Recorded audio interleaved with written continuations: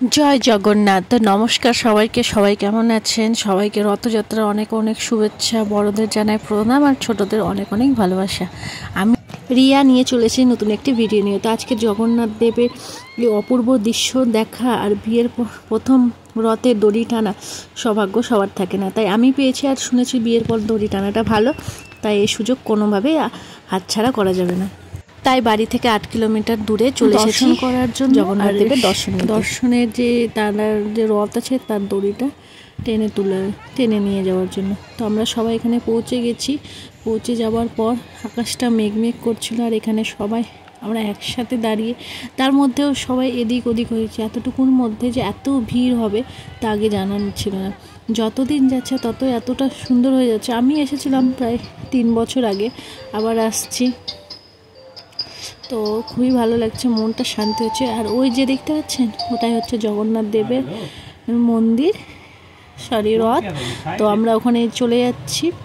আর এখন জগন্নাথ দেব যাচ্ছে নিজের মাসির বাড়ি। তো আমরা ওখানে গিয়ে আগে হাতে যেগুলো প্রসাদ ছিল সেগুলো জগন্নাথ দেবকে সমর্পণ করে প্রণাম করে আসবো। তো এই যে আমরা চলে যাচ্ছি রথের দিকে। আর অপূর্ব সুন্দর সাজিয়েছিল রথ। আর আপনাদেরকে জগন্নাথ দেবের ছবিটা দেখাই, সেটা খুব ভালো। কিন্তু এত ভিড় ছিল যে মানে সব কিছুই মনে হচ্ছে সবাই ঠেলা ঠেলি। আর এখানে দিচ্ছে আমাদের টিপের ফটো। আর ওই যে সুভদ্রা আর বলরাম সবাই রয়েছে। আর আমি শুরুতে ছবিটা লাগিয়ে দেব, কারণ এত ভিড়ের মধ্যে ওই যে দেখছেন এত সুন্দর রূপ, যে দেখবে সেই মুখ দেবে, এটা তো স্বাভাবিক। আর এখানে আমরা এই ভিড়ের মধ্যে দাঁড়িয়ে রয়েছি।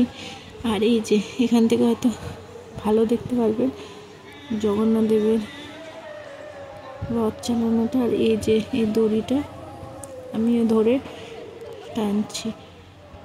তো অনেকেই ছিল, অনেক ভিড়, অনেক করার পর আর শেষ পর্যন্ত জানেন কী হয়েছিল? এত বৃষ্টি পড়েছিল, সবাই এদিক ওদিক হয়ে গেছিলো, পরের ভিডিওগুলো করতে পারেনি।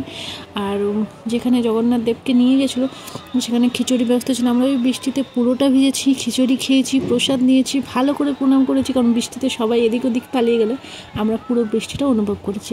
তো জয় জগন্নাথ, ভালো থাকবেন, বি পজিটিভ। দেখা হবে পরবর্তী ভিডিওতে। বাই।